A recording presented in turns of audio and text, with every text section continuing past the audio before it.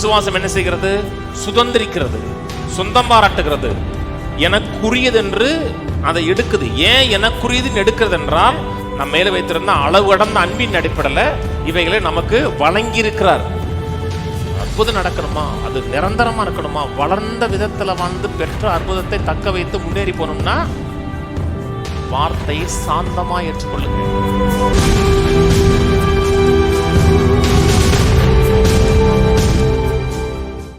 எபிரேயர் 4ஆம் அதிகாரத்திற்கு இருப்போம்.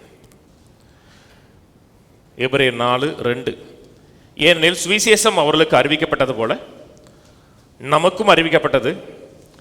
கேட்டவர்கள் விசுவாசம் இல்லாமல் கேட்டபடியால் கேட்ட வசனம் அவர்களுக்கு பிரயோஜனப்படவில்லை. ஒரே ஒரு சுவிசேஷம், அந்த சுவிசேஷம் கிருபையின் சுவிசேஷம். ஆபிரகாமுக்கு கிருபையின் சுவிசேஷம் அறிவிக்கப்பட்டது, இஸ்ரவேல் மக்களுக்கு கிருபையின் சுவிசேஷம் அறிவிக்கப்பட்டது. அவருடைய கிரியை இல்லை, அவருடைய கிருபை. அந்த கிருபைக்கு சரியான விதத்தில் ரெஸ்பாண்ட் பண்ண மக்கள் தேவன் அவர்களுக்கு ஆயத்தம் பண்ணி வைத்திருக்கிற அந்த நிறைவான வாழ்வை சுதந்திரித்தார்கள். இஸ்ரவேல் மக்களுக்கு தேவன் ஒரு நிறைவான வாழ்வை ஏற்படுத்தினார். கட்டாத வீடு, நாட்டாத தோட்டம், வெட்டாத கிணறு எல்லாமே இன்னொருடைய கிரியைகளில் பிரவேசிக்கக்கூடிய ஒரு வாழ்வை ஏற்படுத்தி கொடுத்தார். கேட்டவர்கள் கேட்ட வார்த்தையோடு விசுவாசத்தை கலக்காதபடினாலே கேட்ட வசனம், கேட்ட கிருபையின் வசனம் நற்செய்தி, கேட்ட கிருபையின் நற்செய்தி அவர்களுக்கு எந்த விதமான பிரயோஜனத்தையும் லாபத்தையும் ஏற்படுத்தி கொடுக்கல. மக்கள் இன்னைக்கு விசுவாசத்தை புரிந்து கொள்ளவில்லை, விசுவாசத்தில் வாழலை. விசுவாசம் அவரோட வாழ்க்கையில் அன்றாட வாழ்க்கையில் பிரயோஜனப்படலை.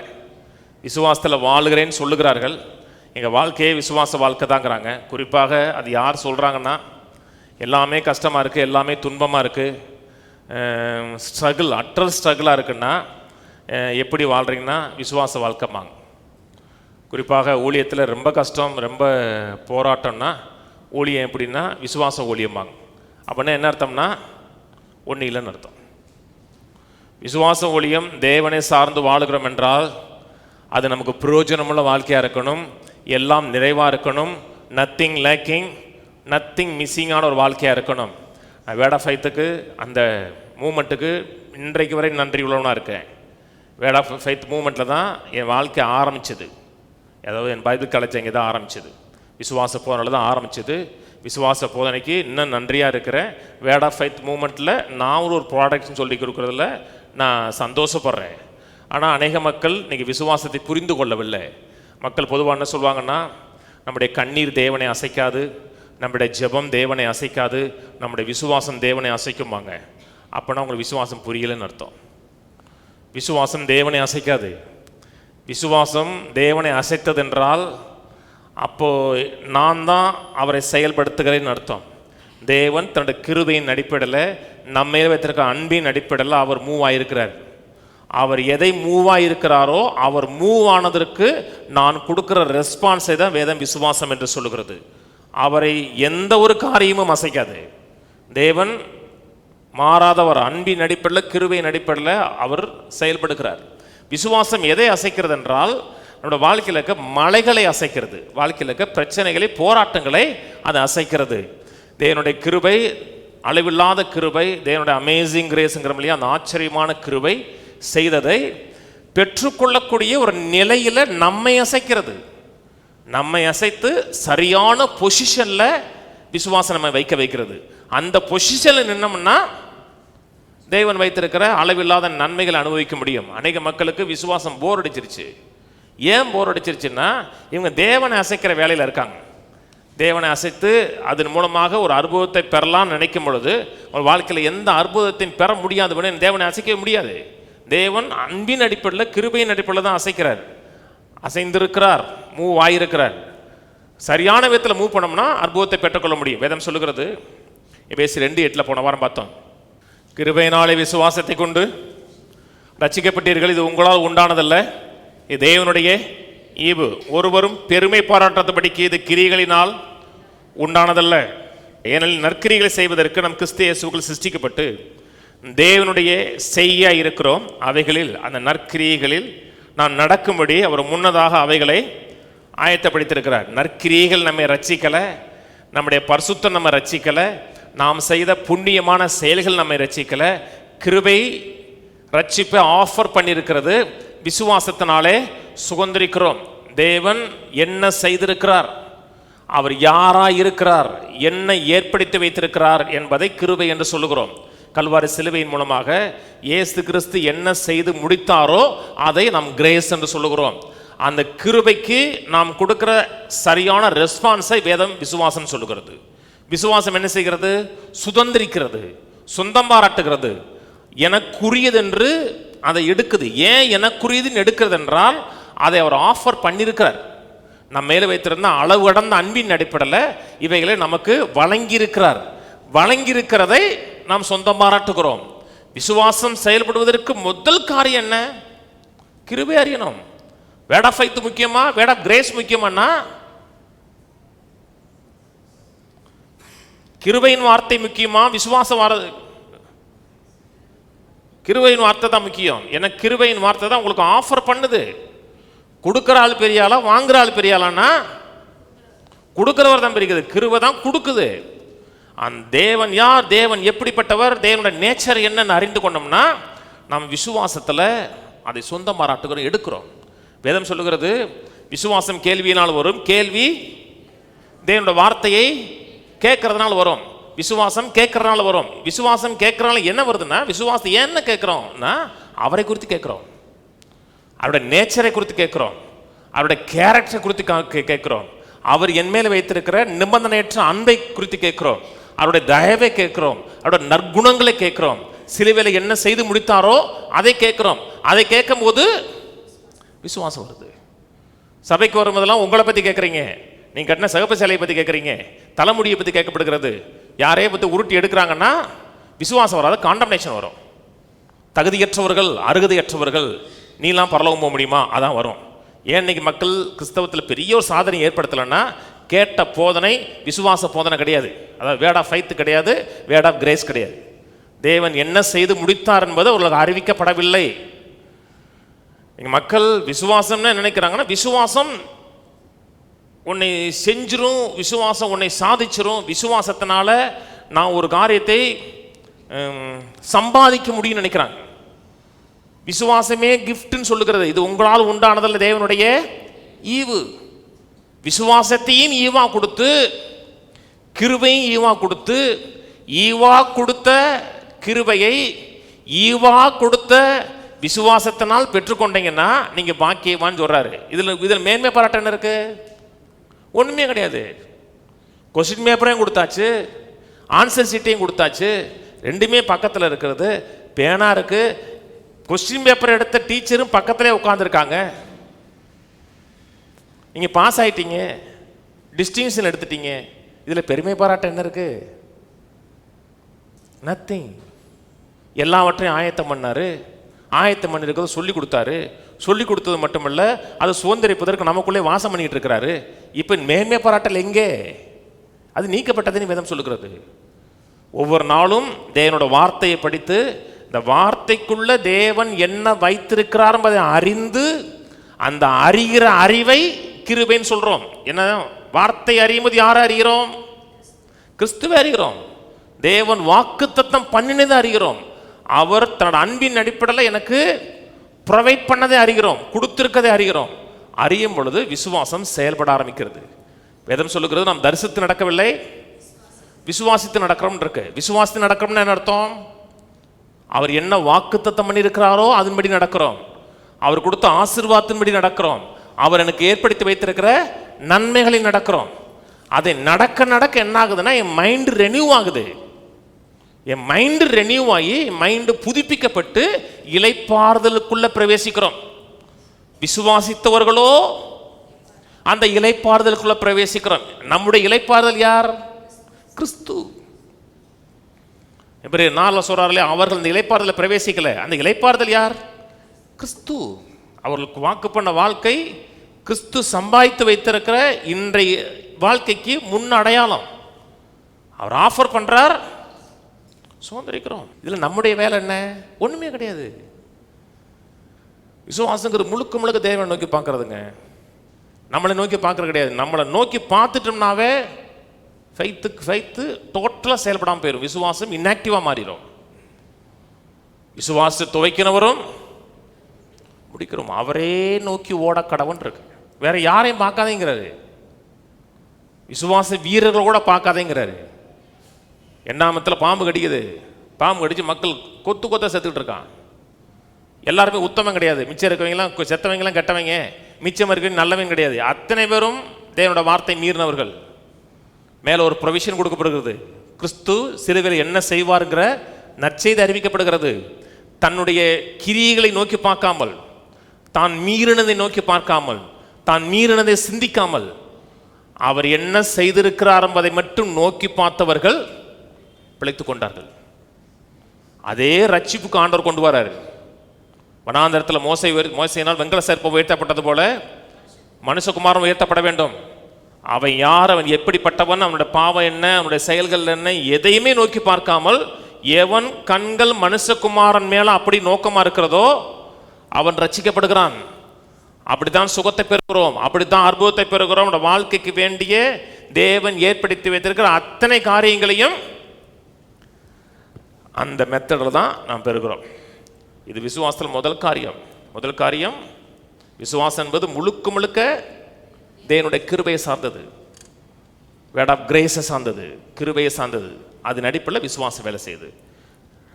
எபிரேயர் 11:6 விசுவாசம் இல்லாமல் தேவனுக்கு பிரியமாயிருப்பது கூடாத காரியம்.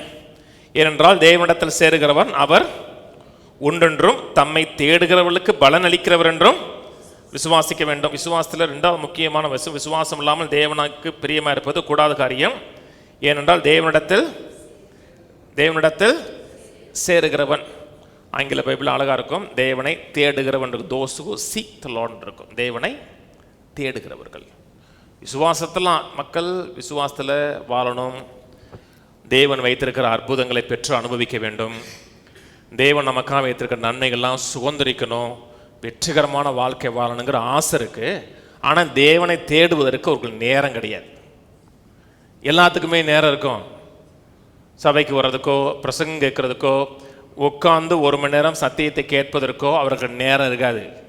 அப்புறம் கர்த்தர் ஏன் கொடுக்கலன்னு கேட்க முடியாது. என்ன, விசுவாசத்துடைய ஃபவுண்டேஷன் என்ன? தேவனை தேடுவது.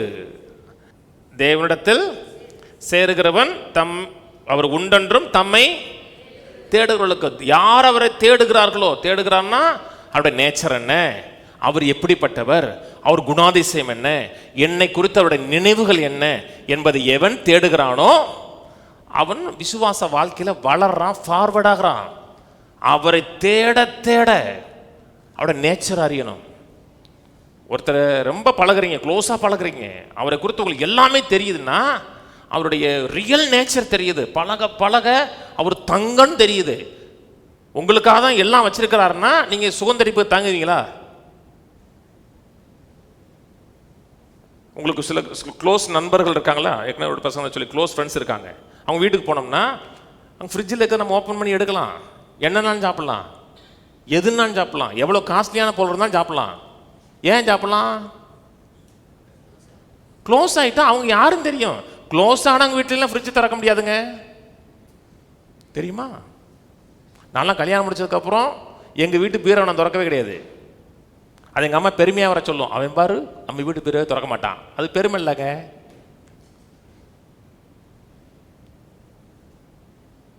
ஒருத்தங்கிட்ட க்ளோஸாக இருக்கோம்னா அவங்களுடைய நேச்சர் உங்களுக்கு தெரியுது. க்ளோஸாக இருக்கவங்களாம் திறக்க முடியாது. அவங்களுடைய அன்பை புரிஞ்சுக்கிறோம். க்ளோஸ் ஆனதுக்கப்புறம் நேச்சர் புரியுது. தேவன்கிட்ட க்ளோஸாக அவரோடத்துல அநீதி ஒன்று இல்லைன்னு தெரிஞ்சுக்கிறோம். ஒரு தீமை கிடையாது. நம்மை குறித்த நினைவுகள் அனைத்தும் நல்லதுன்னு தெரிஞ்ச உடனே அவர்கிட்ட மூவ் ஆகிறது ஈஸியாக இருக்கிறது, பெற்றுக்கொள்வது, சுதந்திரிப்பது மிகவும் எளிதாக இருக்கிறது. தேவனை தேடலை, தேவனோட டைம் ஸ்பெண்ட் பண்ணலன்னா தேவனுக்கு பிரியமாக இருப்பது இம்பாசிபிள், சாத்தியமே கிடையாது. நான் செய்கிற கிரியினாலேயோ நான் செய்கிற ஊழியத்தினாலேயோ தேவனை பிரியப்படுத்த முடியாது. நான் செய்கிற தவங்கள், நான் இதை விட்டுட்டேன் அதை விட்டுட்டேன், நான் ஆண்டவருக்காக அதை அந்த ஆசை இருந்துச்சு இதை விட்டுட்டேன், அதெல்லாம் கர்த்தர் பிரியப்படுறதே கிடையாது. தேவன் பிரியப்படுகிற ஒரே ஒரு காரியம் விசுவாசத்தில் தான். விசுவாசம் எதை சார்ந்திருக்கிறனா அவரோட நேச்சரை அறிந்து அதுக்கு ரெஸ்பாண்ட் பண்ணுறான், அதில் தான் அவர் பிரியப்படுகிறார். அப்ப விசுவாசம்தான் தேவனை பிரியப்படுத்துகிறது என்றால் என் வாழ்நாள் முழுவதும் என்னுடைய தேடல் எதுவா இருக்கணும்? கிறிஸ்துவையும் விசுவாசத்தில் வாழுகிறதா என்னோட தேடலாகவே இருக்கணும். இன்னைக்கு மக்கள் பாருங்க, விசுவாச இப்போ நிறைய டாப்பிக்கில் போச்சிருக்கேன். விசுவாசத்தை பற்றி துணிச்சலான விசுவாசம் போதிச்சிருக்கேன், அப்புறம் சாத்தியமாக்கின விசுவாசம் போச்சிருக்கேன். இவ்வளோ போதிக்கிறோம். இவ்வளோ போதிச்சோன்னா மக்களுக்கு மனதில் என்னென்னா, எனக்கு தெரியும்ல. உங்களுக்கு விசுவாசம் எல்லாம் தெரியும்னா எனக்கு சொல்லிக் கொடுங்க. நாளைக்கு எனக்கு ஒரு டைம் கொடுங்க, 2 hours எனக்கு அப்பாயின்மெண்ட் கொடுங்க. உங்களோட பிஸி ஷெட்யூலில் எனக்கு 2 மணி நேரம் டைம் கொடுங்க. நான் உங்கள் நேரத்தில் காத்து உங்கள்கிட்ட நான் கற்றுக்கிறேன். ஏன்னா எனக்கு எல்லாம் தெரியாது. ஏன்னா எனக்கு தேவனை பற்றி புழுக்க தெரியாது. தேவனை பற்றி உங்களுக்கு முழுக்க தெரியுமா? தேவனை பற்றி உங்களுக்கு ஃபுல்லாக தெரியுமா? தெரியாது. கற்றுக்கிட்டே இருக்கோம். எனக்கு விசுவாசத்தில் எல்லாம் தெரியும்னு ஒருத்தன் சொன்னான்னா அவனுக்கு தேவனை குறித்து அக்கு வேற அணு வேற தெரிஞ்சிச்சுன்னு அர்த்தம். நாளுக்கு நாள் மகிமையின் மேல் மகிமை அடைந்து மர்வமாகிறோம். எப்படி மகிமை மர்வமாகிறோன்றா அவருடைய நேச்சரை பார்த்து மர்வமாகிறோம். எந்த அளவுக்கு நான் விசுவாசத்தில் வளருகிறோனோ அந்த அளவுக்கு தேவனை குறித்து அறிவு எனக்கு கிடைச்சிருக்குன்னு அர்த்தம். நான் சொன்னது, அவரை தேடுகிறவனா கன்சிஸ்டண்டா அவரை தேடிக்கிட்டே இருக்கான். அவருடைய எண்ணங்கள் சிந்தை முழுவதும் தேவன் மட்டும் இருக்குதுன்னா ஃபெய்த் அனிச்சை செயல்பாடு இருக்கும். தானா அப்படி நடக்கும். ஒரு லைஃப் ஸ்டைலாக இருக்கும். சொல்றது ஏனென்றால் தேவனிடத்தில் சேருகிறவன் அவர் உண்டென்றும். முதல் காரியம் அவரை தேடுகிறான். 2வது காரியம் அவர் உண்டென்றும். ஆங்கில ஹி ஈஸ் இருக்கு. ஹி வாஸ்ன்னு சொல்லலை, ஹி வில் பின்னு சொல்லலை, ஹி ஈஸ்.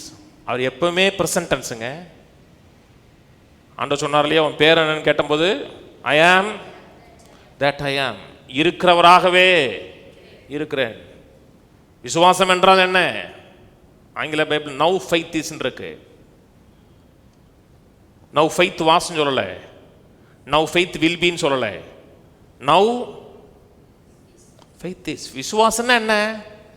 இப்பொழுது தேவனை குறித்து ஒரு பிரசன்ட் ரியாலிட்டி எனக்கு கிடைக்குது. என்னைக்கோ கிடைச்ச தவகல்ல வாழ்றது கிடையாது கிறிஸ்தவ வாழ்க்கை. அந்த காலத்தில் நான் ஆண்டவரை பற்றி அப்படி அறிஞ்சேன் இப்படி அதுனா ஃபெய்த் பழசா மாறிடுச்சு உங்களுக்கு. ஒவ்வொரு நாளும் அவரோட பழகுறோம், க்ளோஸாக பழகுறோம்னா அவரை அறிகிறோம். ஃபெய்த் எப்பொழுதுமே தற்பொழுது. மக்கள் என்ன சொன்னாங்கன்னா, எனக்கு பரலோகத்தில் எல்லாம் இருக்கும், நான் அக்கறைக்கு போகும்போது எல்லாமே இருக்கும், இக்கரையில் ஒன்றும் இல்லை அப்படின்னா என்ன சொல், ஃபெய்த் வில் பி தான். இல்லாட்டா என்ன சொல்லுவாங்கன்னா ஃபெய்த் வாஸ்ன்னுவாங்க. பழைய ஏற்பாட்டு காலத்தில் அன்றைக்கு ஆண்டவர் அப்படி செஞ்சார், ஆண்டவர் இப்படி செஞ்சார், ஆண்டவர் அதை செஞ்சார் இதை செஞ்சார், அப்புறம் ஆண்டவர் பரலோகத்தில் செய்வார். இப்போ என்ன? பரலோகம் நிறைவான இடம், குறைவில்லாத இடம். விசுவாசித்தோம் என்றால் பரலோக வாழ்வை பூமியிலே அனுபவிக்கலாம். அவர் உண்டென்றும் தம்மை ஏர்னஸ்டா தேடுகிறவன், வாஞ்சிக்கிறவன், தேவனுடைய நேச்சரை அறிகிறவன் அவனுக்கு பலன் அளிக்கிறவர் என்று பலன் அளிக்கிறார், ரிவார்டு கொடுக்கிறார். எப்பப்பெல்லாம் தேவனை தேடுகிறோமோ அப்பப்பெல்லாம் ரிவார்டு கொடுக்குறாரு. காலைல பைபிள் வாசிக்கிறோம், கொஞ்சம் பிரசங்கம் கேட்குறோம், சத்தியத்தை அறிந்து கொள்ளுகிறோம் அப்படின்னா அதில் ஒரு பெனிஃபிட் இருக்கிறது. நீங்கள் 5 சாப்டர் படித்து ஒன்றை சம்பாதிக்கலை. இது நியாயப்பிரமாணத்தின் கிரியே கிடையாது. நான் இவளை படிச்சுட்டேன், இவளை ஜெபம் பண்ணிட்டேன். அவர் அறிகிறேன். அவரை அறியும் பொழுது விசுவாசம் வேலை செய்ய ஆரம்பிக்குது. விசுவாசம் வேலை செய்யும் பொழுது இம்பாசிபிள் பாசிபிளாக மாறுது. நம்ம செத்த சாமியை கும்பிடலைங்க, உயிருள்ள சாமியை கும்பிட்றோம், ஜீவிக்கிறவரை கும்பிட்றோம். செத்த மதத்தில் இல்லை, ஒரு லிவிங் ரிலேஷன்ஷிப்பில் இருக்கிறோம். தேவனோட இருக்கிற ஒரு லிவிங் ரிலேஷன்ஷிப்பில் இருக்கிறோம். விசுவாசத்தில் வாழ்கிறோம்னா ஒரு அற்புதம் நடந்துச்சுன்னா ஒரு பரவசம் இருக்கும். இன்னும் கர்த்தரை தேடணும், இன்னும் தேவனை அதிகமாக அறிந்து கொள்ளணும், இன்னும் தேவனோட பழகணுங்கிற ஒரு வாஞ்சை இருக்கும். ஏன்னா அவரை தேடுகிற அத்தனை பேரும் பலன் எடுக்கிறாங்க. செவ்வாய்க்கிழமை கேளுங்க, ஞாயிற்றுக்கிழமை வாங்கன்னா நீங்கள் எதை எனக்கு 10 லட்சம் கொடுக்க போகிறீங்கல்ல, தேடுகிற அத்தனை பேரும் பலனை பெறுகிறார்கள். சபைக்கு வருகிறோம், ஒருமனப்பட்டு கர்த்தரை ஆராதிக்கிறோம், தேவனோடு ஒரு என்கவுண்டர் ஏற்படுகிறது, தேவனுடைய ஆச்சரியமான அன்பை அனுபவிக்கிறோம், தேவனுடைய ஆச்சரியமான அன்போடு ஒரு என்கவுண்டர் நடக்கிறதுனா ஃபெய்த் அந்த இடத்துல எக்ஸ்ப்ளோசிவ் ஆயிரும். ஃபெய்த்துக்காக நீங்கள் பாடுபட வேணாம். எப்பப்பெல்லாம் கிரேஸோட ஒரு என்கவுண்டர் நடக்குதோ அப்பப்பெல்லாம் ஃபெய்த் வெளியே ரிலீஸ் ஆகும். ஏன் சபைக்கு வர்றதுன்னு வேஸ்ட் ஆஃப் டைமா?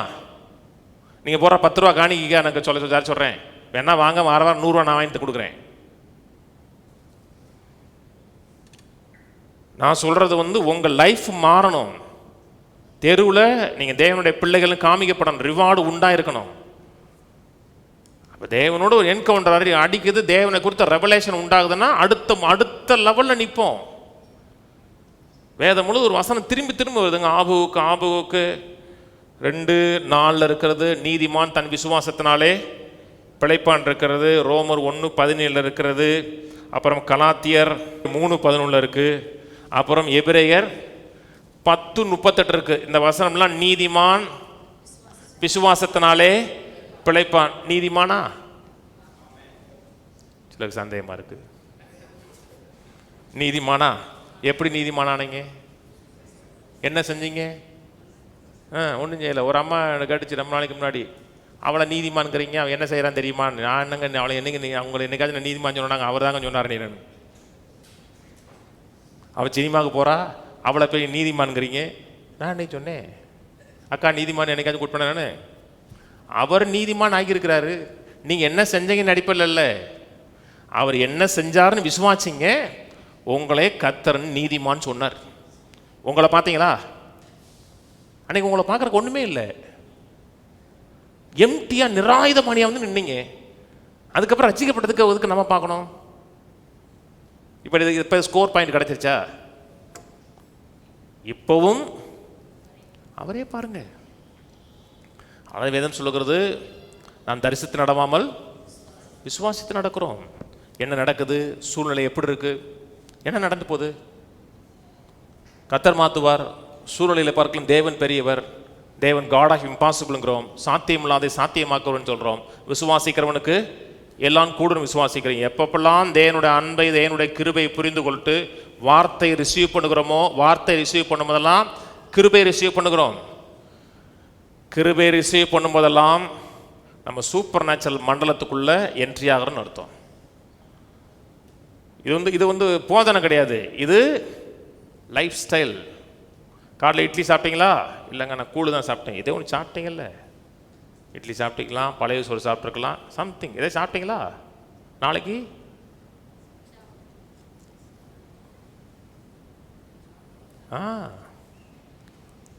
ஒரு வேளை சாப்பிடலைன்னா காலிலேருந்து சாப்பிடல.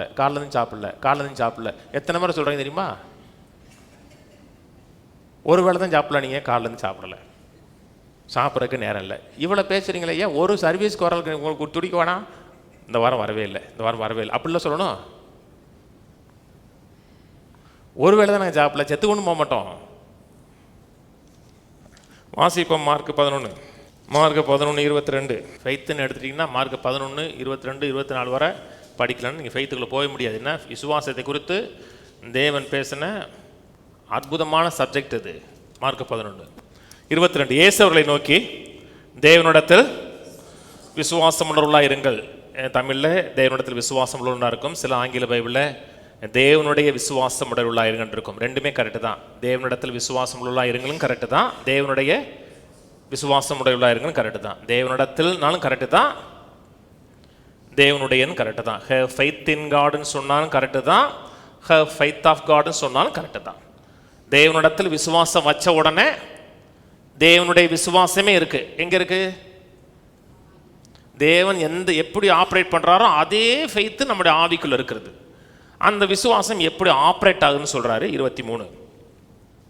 எவனாக இந்த மலையை பார்த்து நீ பெயர்ந்து சமுத்திரத்தை தள்ளிண்டு போய் என்று சொல்லி தான் சொன்னபடியே நடக்கும் என்று தன் இருதயத்தில் சந்தேகப்படாமல் விசுவாசித்தால் அவன் சொன்னபடியே ஆகும் என்று மெய்யாகவே இவன் சொல்லுகிறேன். யாரால்தான் சரி, அவன் என்ன சொல்றானோ அது மட்டும் தான் நடக்கும். இல்லைங்க எனக்கு அதில் நான் நம்பிக்கை இல்லை, உங்களுக்கும் சொல்லப்படி தான் நடக்கும். நீங்கள் நெகட்டிவாக பேசுவீங்க, எனக்கு உதவி செய்கிறதுக்கு யாரும் இல்லை, என்னை முன்னேற்றத்துக்கு யாரும் இல்லை, என் வாழ்க்கையில் ஒரு நன்மையும் நடக்கலை, நான் கத்தரை தேடி என்ன பண்ணேன் அப்படின்னு நீங்கள் முழு மனதோடு சொல்கிறீங்க. பார்த்தீங்களா? அப்படி நடக்கும். ரட்சிக்கப்பட்டதுக்கு அப்புறம் தான் ஒரே பிரச்சனை, ஒரே போராட்டம், ஒரே கஷ்டம், ஒரே துன்பம் அப்படி நீங்கள் மனதார சொல்கிறீங்க. பார்த்தீங்களா? அப்படி நடக்கும் உங்களுக்கு. ஏன் கர்த்தர் கடன்லாம் அடைப்பார், கடன் இல்லாத வாழ்க்கை வாழுவேன், நான் நல்ல வீடு கட்டுவேன், என் வீட்டில் வெள்ளியும் பொண்ணும் பெருகும், என் வீடு சமாதானம் நிறைந்த வீடாக இருக்கும், என் அலங்கத்திற்குள்ள சமாதானமும் என் அரண்மனைக்குள்ளே சுகமும் இருப்பதாகன்னு சொல்கிறதில்ல, சொல்லிக்கிட்டே இருக்கணும். சில மக்களுக்கு படிக்க தெரியாதுங்க, சில பாட்டு தெரியுங்க, நல்ல பாட்டை மனப்பாடமாக பாடுவான், 100 முறை பாடுவான், அவனுக்கு ஒன்றும் தெரியாது. அவனுக்கு ஜெபம் பண்ண நேரம்லாம் ஒரு பாட்டு தான் தெரியும், மனதார அந்த பாட்டை பாடுவான், அவ்வளோ சக்ஸஸாக இருப்பான். ஏன்? அந்த பாட்டை 1000 முறை பாடியிருக்கான். அவனுக்கு அந்த பாட்டு போர் அடிக்கலை, நல்ல பாட்டு, வசனமுள்ள பாட்டு. ஏன் திருப்பி திருப்பி சொல்கிறோம்னா அதோட நான் கனெக்ட் ஆகிட்டே இருக்கேன், என் மைண்டு வந்து வெளியே கனெக்ட் பண்ணுது. கனெக்ட் ஆகாமல் திரும்பி கர்த்தரோட வார்த்தையோடு திரும்ப திரும்ப நான் கடன்லாம் அடைப்பேன், நிறைவாக இருப்பேன், என் தேவைகளுக்கு மிஞ்சி என் கையில் காசு இருக்குன்னு சொல்லும் பொழுது நான் வார்த்தையோடு கனெக்ட் ஆகிறேன். எனக்கு ஒரு காரியம் போர் அடிக்கிறதுனா அதை நான் வாழலன்னு அர்த்தம். ஐபிஎல் மேட்ச் நடந்துச்சு சமயத்தில், யாருக்காச்சும் போர் அடிச்சா? பார்க்குறவங்களுக்கு ஒரு ஆள் கூட போர் அடிக்கல. பெங்களூரில் 2 மணி சாச்சில் ஜெபம் பண்ணிக்கிட்டு இருக்காங்க.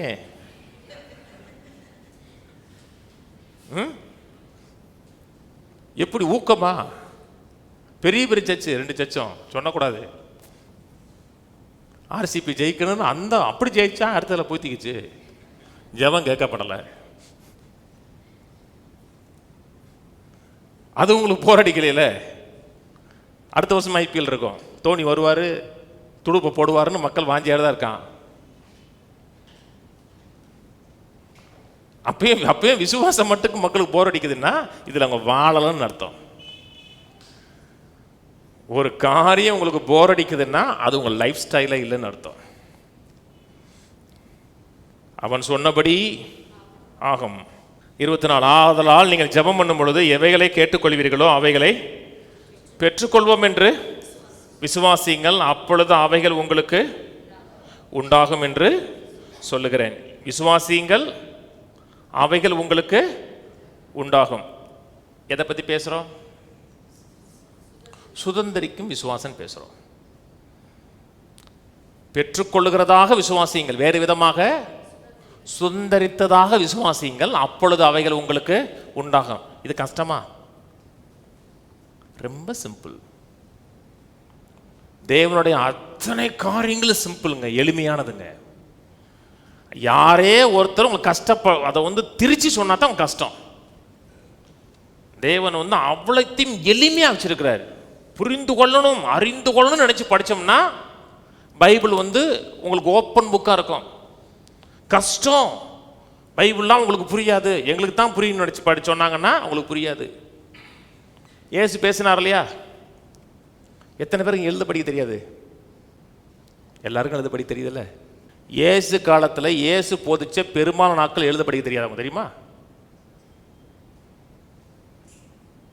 எந்த ஸ்கூலுக்கும் போலங்க, எந்த பைபிள் காலேஜுக்கும் போலங்க, எழுத படிக்க தெரியாதவங்க சாதாரண பாமரர்களுங்க. மீன் பிடிக்கிறவங்கள்ட்ட பேசினார், சாதாரண ஆட்கள்கிட்ட பேசினார். அவர் பேசுகிறது அவர்களுக்கு புரிஞ்சிச்சு. ஒரு சில ஆட்கள் மட்டும்தான் படித்தவங்க, மத்தையும் மட்டும்தான் படித்தவர், லூக்கா படித்தவங்க. பெரும்பாலான ஆட்கள் பேதமே சொல்லுது. ஒரு படிப்பறிவு இல்லாதவர்களும் பேதமே அவர் சொல்லுது. இவள் கல்லாதவர்களும் பைபிள் சொல்லுதா? ஏன்? டீச்சர் வந்து ரொம்ப சிம்பிளாக டீச் பண்ணார். மரத்தை பாருங்கள்னாரு, வயலை பாருங்கள்னாரு, கடலை பாருங்கள்னாரு, வீட்டை பாருங்கள்னாரு. ஒரு டீச்சரை வந்து நல்ல டீச்சருங்கிறோம். ஏன்? சிம்பிளாக சொல்லி கொடுக்குறாருன்னு அர்த்தம். அவர் சொல்லி கொடுத்தாருன்னா புரிஞ்சுருன்னு அர்த்தம். இப்போ உங்களுக்குள்ள டீச்சர் இருக்கிறாரா? ஆவியானவர். அப்போ உங்களுக்கு என்ன செய்யும்? புரியும். வரும்போதே இன்னைக்கு எனக்கு நல்லா புரியும், அப்படித்தான் உள்ள வரணும். கையில் போது சொல்லுவோம், நான் அனைத்தையும் கற்றுக்கொள்ள முடியும், புரிந்து கொள்ள முடியும். நான் புரிந்து கொள்ள வேண்டிய அத்தனை காரியங்களையும் தேவன் எனக்குள்ளே இருந்து புரிய வைக்கிறார். ஆமென், ஆமென். நான் ஒரு மடையன் சொல்லக்கூடாது. மடையன், எனக்கு ஒன்றுமே தெரியாது, நான் படிச்சிருக்கலாம் சொல்லவே கூடாது. உங்கள் வாழ்க்கையிலேயே நம்ம தமிழில் சொல்கிறாங்க பார்த்தீங்கன்னா, சொந்த காசுல எதைய வைக்கிறது, சொந்த காசுலேயே சூனி வைக்கிறது மாதிரி. இது நம்ம வாழ்க்கையே நம்ம சபிக்கிறது மாதிரி. நல்லதை பேசுங்க, நான் கற்றுக்கொள்ள முடியும். எனக்கு வயசாக என்னுடைய மைண்டு வந்து பிரைட் ஆகுது, ஷார்ப் ஆகுது. வயசாக ஷார்ப்பாக இருக்கணுங்க. என்ன வேதம் சொல்லுகிறது, நாளுக்கு நாள் உள்ளான மனிதன் புதுப்பிக்கப்படுகிறான் இருக்கு. மூளை புதுப்பிக்கப்படுதுன்னு சொல்லலை, மைண்டு புதுப்பிக்கப்படுது. மூளை மூலமாக மனது வேலை செய்யுது. சிந்திக்கிறது மூளையா மனதா? மனது சிந்திக்கிறது, மூளையின் மூலமாக செயல்படுது. அப்போ நாள் ஆக என்ன சொல்லணும், நான் எதையும் கற்றுக்க முடியும் அப்படின்னு சொல்லணும். பிள்ளைகளுக்கு சொல்லிக் கொடுக்கணும். ஸ்கூலில் சொல்லிக் கொடுத்துறாங்க, இவங்கெல்லாம் ஸ்லோ லேர்னருங்கிறாங்க. ஒரு குரூப் வச்சுருக்காங்க தெரியுமா, சனிக்கிழமை ஞாயிற்றுக்கிழமை வீட்டுக்கு போட மாட்டாங்க, ஸ்லோ லேர்னர் உட்காருவாங்க. இப்போ தமிழில் அழகாக சொல்கிறாங்க, இங்கிலீஷில் ஸ்லோ லேர்னர்னு. முன்னாடிலாம் மக்கு தடி உட்காருப்பாங்க. நம்ம ஸ்லோ லேர்னர் கிடையாது, ஃபாஸ்ட் லேர்னர். ஷார்ப்பாக இருக்கிறேன், பிரைட்டாக இருக்கிறேன். சில காரியம் பிடிக்கலன்னா சொல்லிக் கொடுங்க பிள்ளைகளுக்கு. பிள்ளைகளுக்கு வந்து சொல்லிக் கொடுக்காதீங்க, ஸ்லோ லேர்னர்னு சொல்லிக் கொடுக்காதீங்க. உனக்குள்ள இருக்க தேவன் எல்லாவற்றையும் சொல்லிக் கொடுப்பார், அறிந்து கொள்வதற்கு உதவி செய்வார். உன்னால் கற்றுக்கொள்ள முடியாத காரியம் ஒன்றுமில்லை, அதை சொல்லிக் கொடுங்க. அப்போ நீங்கள் விசுவாசிக்க முடியாத. எப்படி விசுவாசிக்கிறாங்க, எப்படி அந்த அறிவு உண்டாகுதுன்னா, பிள்ளைகளுக்கு கர்த்தருக்கு பயப்படுகிற பயத்தை சொல்லிக் கொடுங்க. கர்த்தருக்கு பயப்படுகிற பயம் இல்லை என்றால் அந்த அறிவு காலனாவுக்கு பயப்படாது. கர்த்தருக்கு பயப்படுவதே ஞானத்தின் ஆரம்பம். இந்த கர்த்தரோட நல்ல உறவு வைங்க, உங்களுக்கு புரியும், அப்புறம் உங்கள் பிள்ளைக்கு புரியும், அப்பட பிள்ளைகளின் பிள்ளைகளுக்கு புரியும்.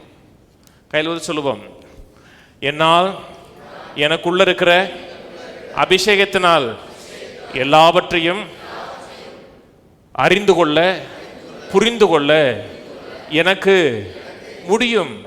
எனக்கும் என் பிள்ளைகளுக்கும் என் பிள்ளைகளின் பிள்ளைகளுக்கும் அறிவும் ஞானமும் உண்டாயிருக்கிறது. ஆமென். நல்லதை விசுவாசிங்க, நல்லதை சொல்லுங்க, அவன் சொன்னபடி ஆகும்.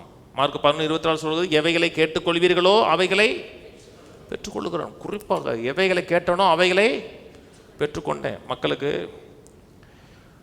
ஒரு காரியத்தை பெறணும்னு ஆசை இருக்கு.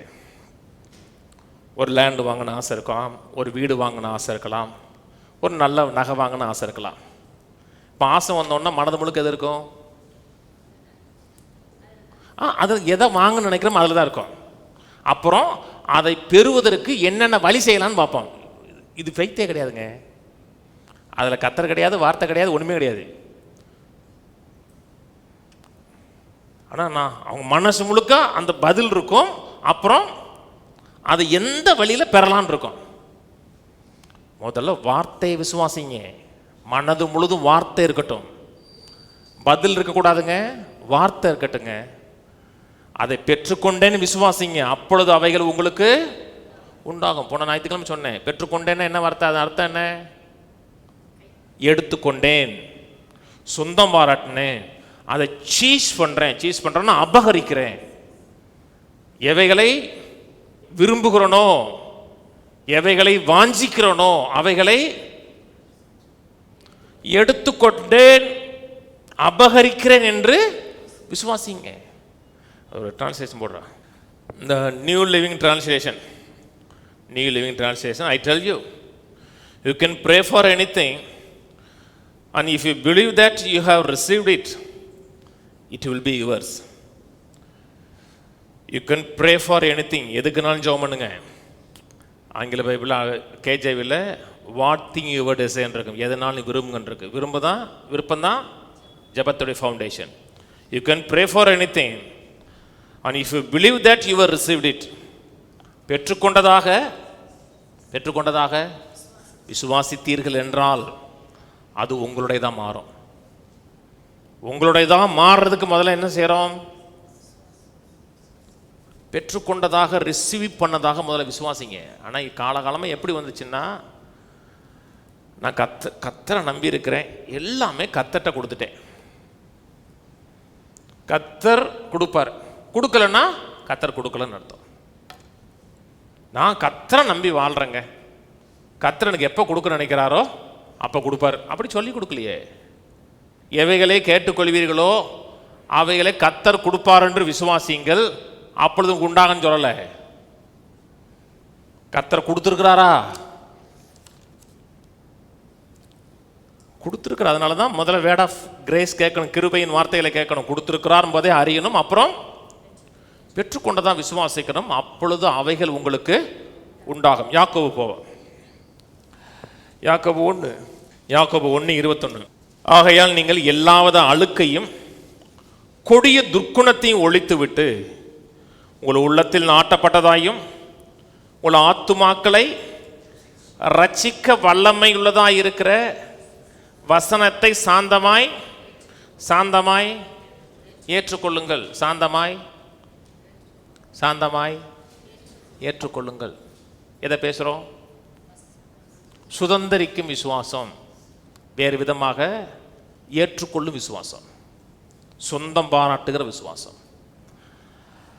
வார்த்தை ரிசீவ் பண்ணுங்க. என்ன சொல்றாரு?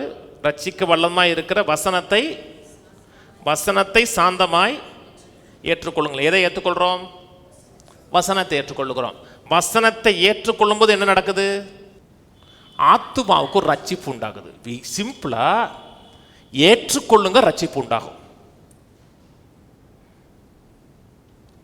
ஏதாச்சும் அற்புதம் நடக்கணுமா, சுகம் உண்டாகணுமா, அற்புதம் நடக்கணுமா, ஏதோ ஒரு மிராக்கிள் நடக்கணுமா, ரட்சிக்க வல்லமையுள்ளதா இருக்கிற வசனத்தை முதல்ல ரிசீவ் பண்ணுங்க. வார்த்தை ரிசீவ் பண்ணுங்க. உங்கள் ஆத்துமாக்களை ரட்சிக்க வல்லமை உள்ளதா இருக்கிற வசனத்தை ஹம்பிளா ஏத்துக்குங்க. ஏற்றுக்கொள்ளுங்கள் சொல்லும் பொழுது யார்கிட்ட பொறுப்பு இருக்கு? உங்கள்கிட்டயா கத்தட்டையா? வசனத்தை சாந்தமா ஏற்றுக்கொள்ளுங்கன்னா ரெஸ்பான்சிபிள் பர்சன் நீங்களா கத்தரா? நீங்க சாப்பிடுங்க அப்படின்னு சொல்றதுக்கு அப்புறம் அவர் சாப்பிடுவார்ல, அவர் தானே சொன்னாரு சாப்பிடுங்கன்னு என்ன அர்த்தம்? ஏற்றுக்கொள்ளுங்கள்னா நீங்க நல்லா கவனிங்க. ஒரு மனுஷனை என்னன்னாலும் செய்ய வைக்க முடியும். இந்த சேரை தூக்கி போட்டு சொல்லலாம், தலைகளை நீள்னு சொல்லலாம், ஆனால் ஒரு மனிதனை விசுவாசிக்க வைக்க முடியாது உங்களால். தெரியுமா?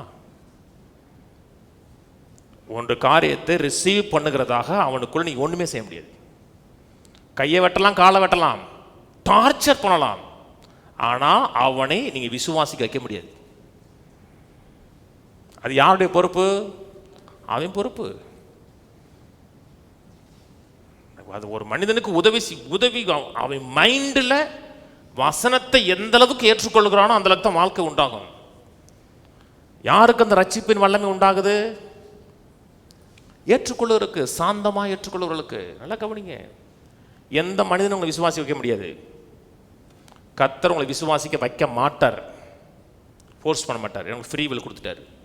பிசாசு உங்களை விசுவாசிக்க வைக்க முடியாது.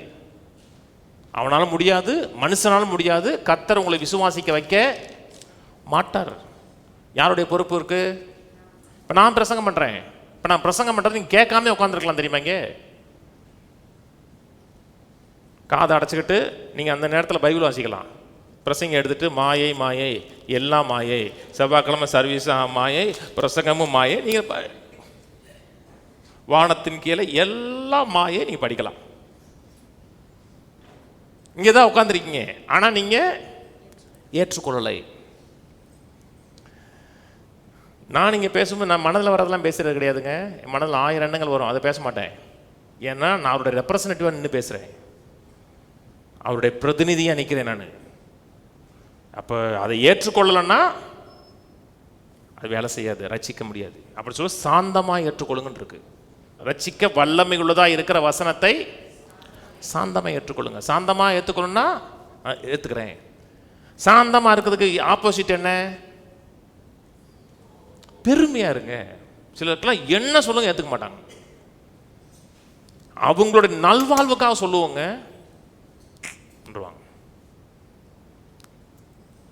இதை ஏற்றுக்குங்க, வாழ்க்கை நல்லா இருக்கும். ஏற்றுக்கவே மாட்டாங்க. ஏற்றுக்க வைக்கிறது முழுக்க முழுக்க அவனுடைய பொறுப்பு தான். நம்ம சொல்லலாம், ஒரு மனிதன் நரகம் போகிறான், வேதனைப்படுறோம், கஷ்டப்படுறோம், ரட்சிக்கப்படாமல் இருக்கானு வேதனைப்படுறோம், சுவிசேஷம் சொல்லுறோம். அவன் வாய்க்குள்ளே இயேசுவை திணிக்க முடியுமா? மனதுக்குள்ளே இயேசுவை திணிக்க முடியுமா? அவன் நிராகரிச்சிட்டான்னா இன்னொரு முறை அவனுக்கு வாய்ப்பு உண்டாக முடியாது. ஜெபிக்கணும். மூச்சு விடுகிற வரை வாய்ப்பு இருக்குங்க. ரட்சிக்கவே வைக்க முடியாதுன்னா சுகமாக்க முடியுமா?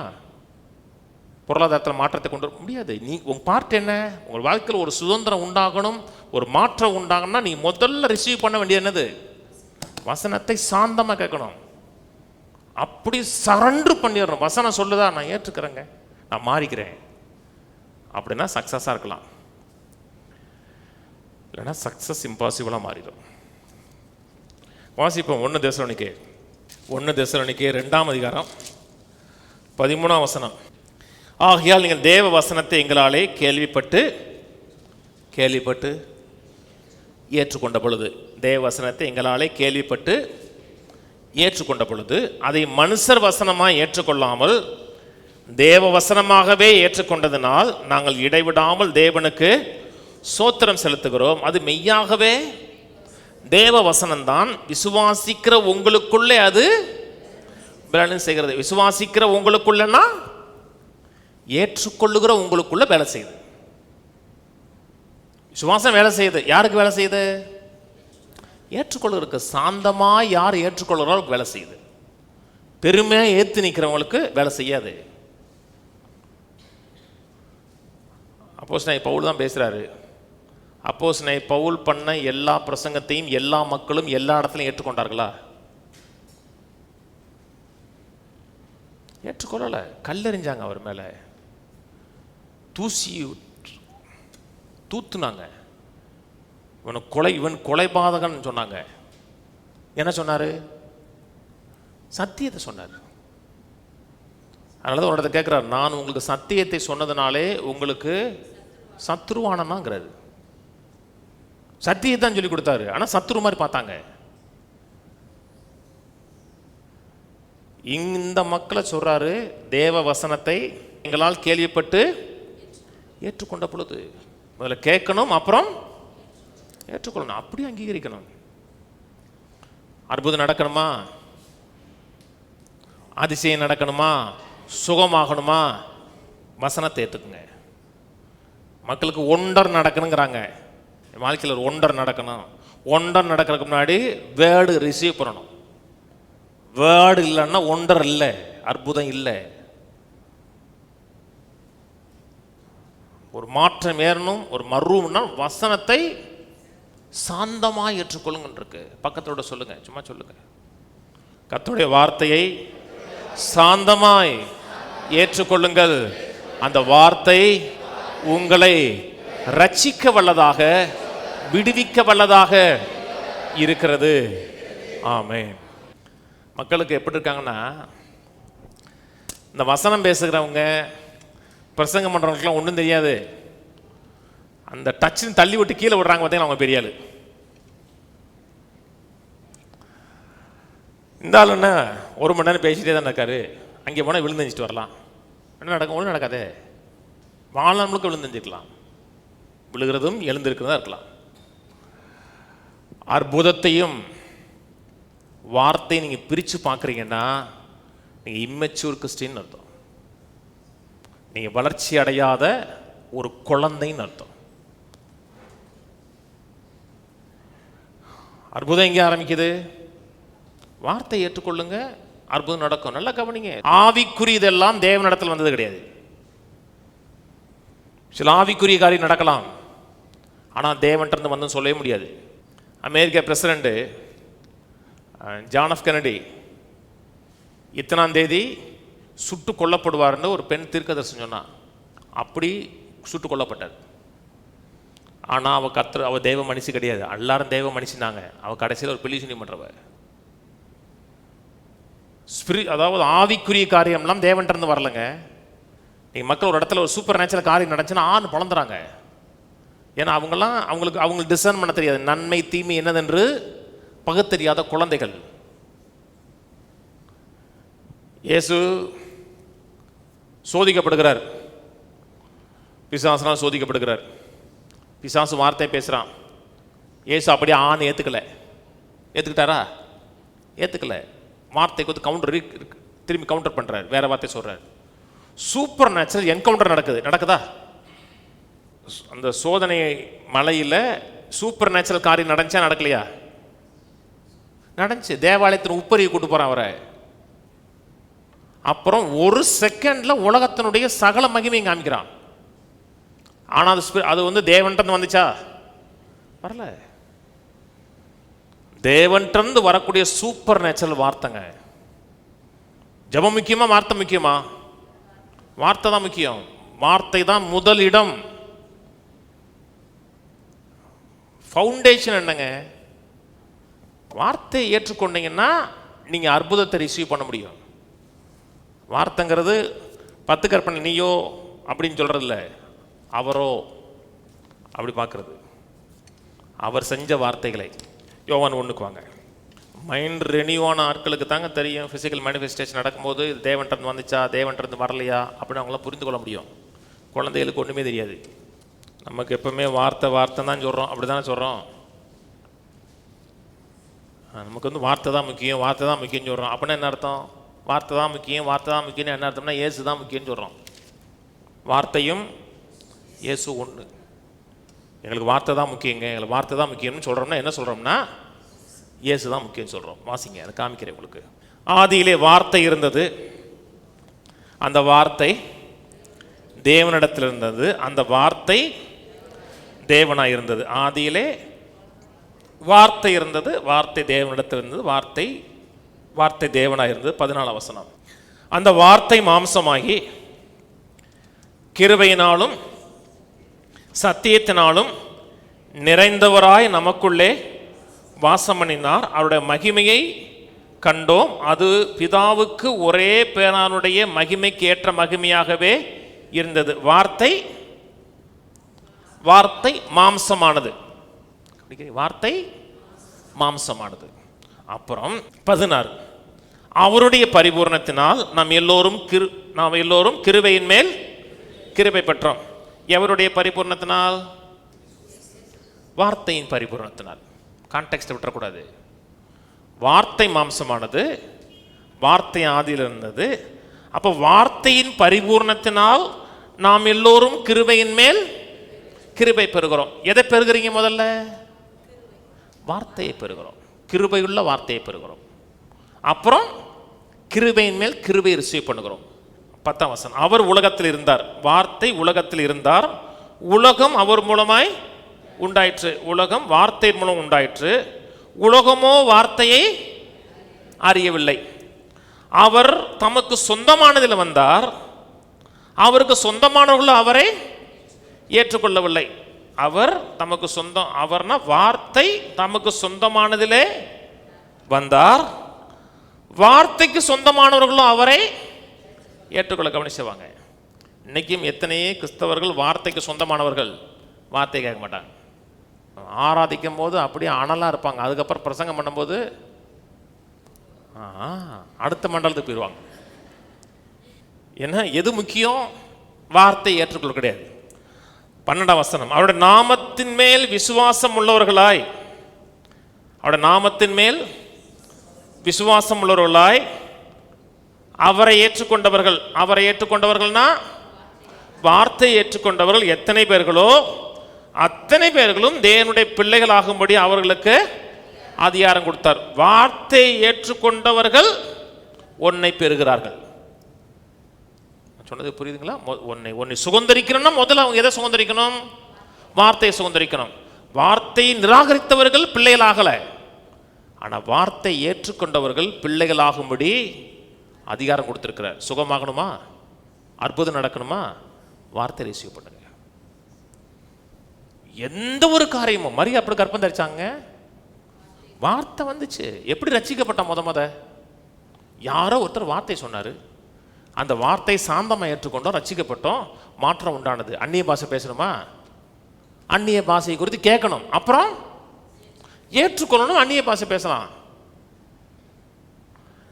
கடைசியாக ஒரு காரியம் சொல்லி முடிச்சிருக்கேன். மத்தேயு 9க்கு வாங்க. 9 கடைசியில் 35 பின்பு இயேசு சகல பட்டணங்களையும் கிராமங்களையும் சுற்றி நடந்து ஜெபாலயங்களில் உபதேசித்து ராஜ்யத்தின் சுவிசேஷத்தை பிரசங்கித்து ஜனங்களுக்கு உண்டாயிருந்த சகல வியாதிகளையும் நோய்களையும் நீக்கி அவர்களை சொஸ்தமாக்கினார். அவர் திரளான ஜனங்களை கண்ட பொழுது அவர்கள் மேய்ப்பொருளாத ஆடுகளைப் போல் தோய்ந்து போனவர்களும் சிதறப்பட்டவர்களுமாய் இருக்கிறபடியால் அவர்கள் மேல் மனதுருகி. போகிற இடமெல்லாம் இயேசு அற்புதம் செய்யலை. போறப்போ சொல்லப்பட்டிருக்கு, பட்டணங்களையும் கிராமங்களையும் சுற்றி நடந்து ஜெப ஆலயங்களில் உபதேசித்து. முதல்ல போனவன்னு என்ன செஞ்சாருங்க, பேசினாருங்க. இயேசுனார் வந்துட்டாரு, அற்புதம் செய்வார், மேஜிக் காமிப்பார், அதான் செஞ்சாரு. ஏசு சொன்னார் யோவான் 4:48, இயேசு அவனை நோக்கி, நீங்கள் அடையாளங்களையும் அற்புதங்களையும் காணாவிட்டால் விசுவாசிக்க மாட்டேன்னாரு. இன்னொரு இடத்த சொன்னார், இந்த விசுவாசம் இல்லாத உபச்சார சந்ததினார். ஒரு இடத்துல இந்த விசுவாசம் இல்லாத உபச்சார சந்ததி அற்புதங்களையும் அடையாளையும் காணணுச்சு. அவர் போன இடத்துலாம் முதல்ல என்ன பண்ணாருங்க, டீச் பண்ணாருங்க, வசனத்தை டீச் பண்ணாரு. அந்த வசனத்தை ஏற்றுக்கொண்டவர்கள் சுகமானார்கள். வசனத்தை நிராகரித்தவர்கள் சுகமாகலை, வசனத்தை ஏற்றுக்கொண்டவர்கள் சுகமானாங்க. இன்னைக்கு உலகம் அப்படி கிறிஸ்தவம் மாறி போச்சுங்க. ஒரு அற்புதம் நடக்கணுமா, அது நிரந்தரமா இருக்கணுமா, வளர்ந்த விதத்தில் வந்து பெற்ற அற்புதத்தை தக்க வைத்து முன்னேறி போனோம்னா வார்த்தையை சாந்தமா ஏற்றுக்கொள்ளுங்க, தர்க்கிப்பில்லாம ஏற்றுக்கொள்ளுங்க. மத்தேயு 10:40, உங்களை ஏற்றுக்கொள்ளுகிறவன் என்னை ஏற்றுக்கொள்ளுகிறான், என்னை ஏற்றுக்கொள்ளுகிறவன் என்னை அனுப்பினவரை ஏற்றுக்கொள்ளுகிறான். இயேசுவை ஏற்றுக்கொள்ளுகிறவன் பிதாவை ஏற்றுக்கொள்ளுகிறான். என் பிதா தான் முக்கியம், இயேசு முக்கியம் நினைச்சுன்னா அவன் பிதாவை நிராகரிக்கிறான் அர்த்தம். அதே மாதிரி ஒரு மனிதன் தேவனோட வார்த்தையை போதிக்கிறாரு, அந்த மனிதனை ஏற்றுக்கொண்டீர்கள் என்றால் இயேசுவை ஏற்றுக்கொண்டீங்கன்னு அர்த்தம். அந்த மனிதனை நீ நிராகரிக்கிறீர்கள் என்றால் நீ இயேசுவை நிராகரிக்கிறன்னு அர்த்தம். ஒரு மனிதன் கர்த்தருடைய வார்த்தையை பேசுறான், அந்த கர்த்தருடைய வார்த்தைக்கு மதிப்பு கொடுக்குறான், மரியாதை கொடுக்குறான், அவன் நீங்க அவமதிக்கிறீர்கள் என்றால் நீங்கள் இயேசுவை அவமதிக்கிறீர்கள் அர்த்தம். அது டேஞ்சர் காரியம், அது விளையாட்டு விஷயம் இல்லை, ஆபத்தான விஷயம். அது ஒரு மனுஷன் வசனம் போதிக்கிறான்னா அவன் பேசலை, அவருடைய ரெப்ரசன்டேட்டிவ், அமெரிக்காவோடைய எம்பசியோட ரெப்ரசன்டேட்டிவ் வராரு. எப்படி டீல் பண்ணுவீங்க நீங்க? இந்தியன் கவர்மெண்ட் தப்பா டீல் பண்ணட்டும், பொருளாதார தடை அடுத்த செகண்ட் வரும். ஒரு பாஸ்ட்டுங்கிறவன் விளையாட்டு விஷயம் இல்லைங்க, கர்த்தருடைய வார்த்தையை பேசுறான் அப்படின்னா அவன் பரலோகத்துடைய எம்பசியுடைய டைரக்ட் அப்பாயின்மெண்ட் பண்ணப்பட்டவன். உங்களை ஏற்றுக்கொள்ளுகிறவன் என்னை ஏற்றுக்கொள்றான். உங்களை ஏன் ஏற்றுக்கொள்கிறான்? நீ என்னுடைய வார்த்தையை பேசக்கூடியவன். பாஸ்ட்ங்கிறதுனால அவர் ஏற்றுக்கொள்ளல, அவருடைய வார்த்தையை டெலிவர் பண்றவன். அவரை நிராகரிக்கும் பொழுது அவன் ஆண்டவர் நிராகரிக்கிறான். சொன்னது புரியுதுங்களா? இன்னைக்கு எப்படி உலகம் எப்படி இருக்குன்னா, கிறிஸ்தவ உலகம் மக்களுக்கு ஏற்ற மாதிரி மாத்திக்குவாங்க. உங்களுக்கு இது பிடிக்கலையா, நாளையிலேருந்து நான் வேற மாதிரி பேசுறேன், என்ன அவங்க கொஞ்சம் காசு கொடுத்தாங்கன்னா மாத்திக்குவாங்க. காம்ப்ரமைஸ் பண்றீங்க அப்படின்னா ரிஸ்க்கு. எந்த விதத்திலையும் யாருக்கும் காம்ப்ரமைஸ் பண்ணாது. வசனத்தை சொல்றீங்களா, வசனத்தில் மட்டும் நிற்கணும், உங்க ஸ்டாண்டில் உறுதியாக நிற்கணும். மத்தேயு 10க்கு வாங்க. மத்தேயு 10:12, ஒரு வீட்டுக்குள்ள பிரவேசிக்கும் பொழுது அதை வாழ்த்துங்கள், அந்த வீடு பாத்திரமா இருந்தால் நீங்க கூறின சமாதானம் அவர்களுமே வரக்கடவுது, அபாத்திரமா இருந்தால் நீங்க கூறின சமாதானம் உங்களிடத்தில் திரும்ப கடவுது. எவனாகிலும் உங்களை ஏற்றுக்கொள்ளாமலும் உங்கள் வார்த்தைகளை கேளாமலும் போனால் அந்த வீட்டையாவது அந்த பட்டணத்தையாவது விட்டு புறப்படும் பொழுது உங்கள் கால்களில் படிந்த தூசியை உதறி போடுங்கள். நியாய தீர்ப்பு நாளிலே அந்த பட்டணத்துக்கு நேரிடுவதை பார்க்கலும் சோதோம் குமரா நாட்டுக்கு நேரிடுவது லகுவா இருக்கும் என்று மெய்யாகவே உங்களுக்கு சொல்லுகிறேன். வீட்டுக்கு போங்க, சமாதானம் சொல்லுங்க. உங்க வார்த்தை ஏற்றுக்கொண்டானா அந்த வார்த்தை நிற்கும். உங்க வார்த்தையை ஏற்றுக்கொள்ளனா அவை என்னை ஏற்றுக்கொள்ளன்னு அர்த்தம். நீங்கள் நமக்கு நித்திய நியாய தீர்ப்பு கிடையாது. நித்திய நியாய தீர்ப்பு தண்டனை கிடையாது. அதில் தப்பி வைக்கப்பட்டிருக்கிறோம். ஏன்னா ரட்சிப்பு ரட்சகரை ஏற்றுக்கொண்டிருக்கிறோம். அதே போல் வார்த்தையை ரிசீவ் பண்ணலை, வார்த்தையை பேசுகிறவர்களை யார் அவமானப்படுத்துகிறார்களோ மனம் திரும்பவில்லை என்றால் டேஞ்சர். பிசாசுக்கு டோர் ஓப்பன் பண்ணி கொடுக்குறோன்னு அர்த்தம். கர்த்தர் நாசமாக்க மாட்டார். கர்த்தருடைய பாதுகாப்பின் வளையத்தை விட்டு வெளியே போயிருவீங்க. வசனத்தை எந்த அளவுக்கு சாந்தமாக ஏற்றுக்கொள்கிறோமோ அந்த அளவுக்கு விசுவாசம் பவர்ஃபுல்லாக வேலை செய்யும். நீங்கள் கீழே இருக்க மாட்டீங்க, அப்பர் ஹேண்டில் இருப்பீங்க. ஏன்னா நீங்கள் அவரை ஹானர் பண்ணக்கூடிய ஜனங்கள். என்னை கனப்படுத்துகிறவனை கனப்படுத்துவேன். வாழ்க்கையில் பிரதானமான தேவன் அவர் செத்து போல உண்டென்றும் அவரை ஏர்னஸ்டாக தேடுகிறவனுக்கு பலன் கொடுக்குறார், ரிவார்டு கொடுக்குறார். ரிவார்டு தொழிலில் முன்னேற்றமாக இருக்கலாம், குடும்ப நல்வாழ்வாக இருக்கலாம், பிரேக் த்ரூவாக இருக்கலாம், பிள்ளைகளுக்கு படிக்கக்கூடிய ஒரு ஞானமாக இருக்கலாம், என்னன்னாலும் இருக்கலாம். உங்களுக்கு விரும்பின ப்ரொமோஷனை கொடுப்பார். தேவனிடத்தில் செலவழிக்கிற ஒவ்வொரு நேரமும் ப்ரெஷியஸான நேரம், விலையேறப்பட்ட நேரம். அப்படி படிச்சு பாருங்க, வாழ்க்கை வேற லெவலில் இருக்கும். சரிதானே? செய்ய வேண்டிய முதல் காரியம் என்ன? வார்த்தையை சாந்தமாக ஏற்றுக்கொள்ளுங்க. அது கிருபையுள்ளே வார்த்தையை ஏற்றுக்கொள்ளுங்க. விசுவாசிக்கிற உங்களுக்குள்ளே அது பலன் செய்கிறதுங்கிறார், வல்லமையாய் பலன் செய்கிறதுங்கிறார். ஏன்னா தேவ வசனம். விசுவாசித்து நில்லுங்க, அற்புதத்தை பார்ப்போம், எழுந்து இருப்போம். பிதாவே துதிக்கிறோம், துதிக்கிறோம். நீர் எங்கள் வாழ்க்கையில் செய்திருக்கிற எல்லா நன்மைகளுக்காக, எல்லா தயவுக்காக நன்றி. எங்களை அளவில்லாமல் நேசிக்கிற தேவனே, உடைய கிருபையும் தயவையும் எங்கள் வாழ்க்கையில் கொடுத்து எங்களை மேன்மைப்படுத்துகிற கர்த்தாவே துதிக்கிறோம். உடைய கரம் எங்கள் மேலே இருக்கிறதுக்காக, உடைய தயவு எங்கள் மேலே இருக்கிறதுக்காக, வாழ்க்கையின் எல்லா பகுதியிலையும் நீர் எங்களை மகிமைப்படுத்துகிறதுக்காக நன்றி செலுத்துகிறோம், உயர்த்துகிறோம், கனப்படுத்துகிறோம். பரிசுத்தமுள்ள தேவன், பரிசுத்த பிள்ளையாம் கிறிஸ்துவின் ரத்தத்தினாலே பெரிய மீட்பை ஏற்படுத்தி வைத்திருக்கிறே, சுகத்தை ஏற்படுத்தி வைத்திருக்கிறே, வெற்றியை ஏற்படுத்தி வைத்திருக்கிறே, வல்லமை ஏற்படுத்தி வைத்திருக்கிறே. ஏற்படுத்தி வைத்திருக்கிறதை அறிவிக்கிறதை சாந்தமாக ஏற்றுக்கொள்கிறோம். உம்மை கனப்படுத்துகிறோம், உம்மை மகிமைப்படுத்துகிறோம். உம்முடைய கரம் எங்கள் மேலே வல்லமையான விதத்தில் செயல்படுகிறதுக்காக நன்றி. கிருபை கிரியை செய்கிறதுக்காக நன்றி செலுத்துகிறோம். எங்களை முன்னிறுத்தவில்லை கர்த்தாவே, எங்கள் கண்களுக்கு முன்பாக உம்மை வைக்கிறோம். தரிசித்து நடக்கவில்லை, விசுவாசித்து நடக்கிறோம். விசுவாசிக்கிற எங்களுக்குள்ளே உம்முடைய கிருபையுள்ள வார்த்தைகள் வல்லமையான விதத்தில் கிரியை செய்கிறதுக்காக நன்றி செலுத்துகிறோம். அதற்கு நாங்கள் ஜீவனுள்ள சாட்சிகளாக இருக்க, நிருபங்களாக இருக்க உதவி செய்கிறதுக்காக நன்றி. சகல கனமும் சகல மகிமையும் எங்கள் வாழ்க்கையில் உமக்கே உண்டாயிருக்கட்டும். ஆசீர்வதியும் இயேசு நாமத்தில் பிதாவே, ஆமென். இந்த கர்த்தராகிய இயேசு கிறிஸ்துவின் கிருபையும் பிதாவாய் தேவனோட அன்பும் பரிசுத்தாவின் ஐக்கியமும் நம் அனைவரோடு கூட இன்றைக்கும் என்றைக்கும் கிறிஸ்துவின் வரியை மட்டும் இருப்பதாக, ஆமென். கர்த்தரோட ஆசீர்வதித்து எல்லா தீமைக்கு விலக்கி காக்க கடவர். கர்த்தர் தம்முடைய தயவுள்ள முகத்தை உங்களை பிரகாசிக்க பண்ணி உங்க மேல் கிருபையா இருக்க கடவர். கர்த்தர் தம்முடைய முகத்தை உங்களை பிரசன்னமாக்கி எல்லையெங்கும் சமாதான கட்டளையிட கடவர்.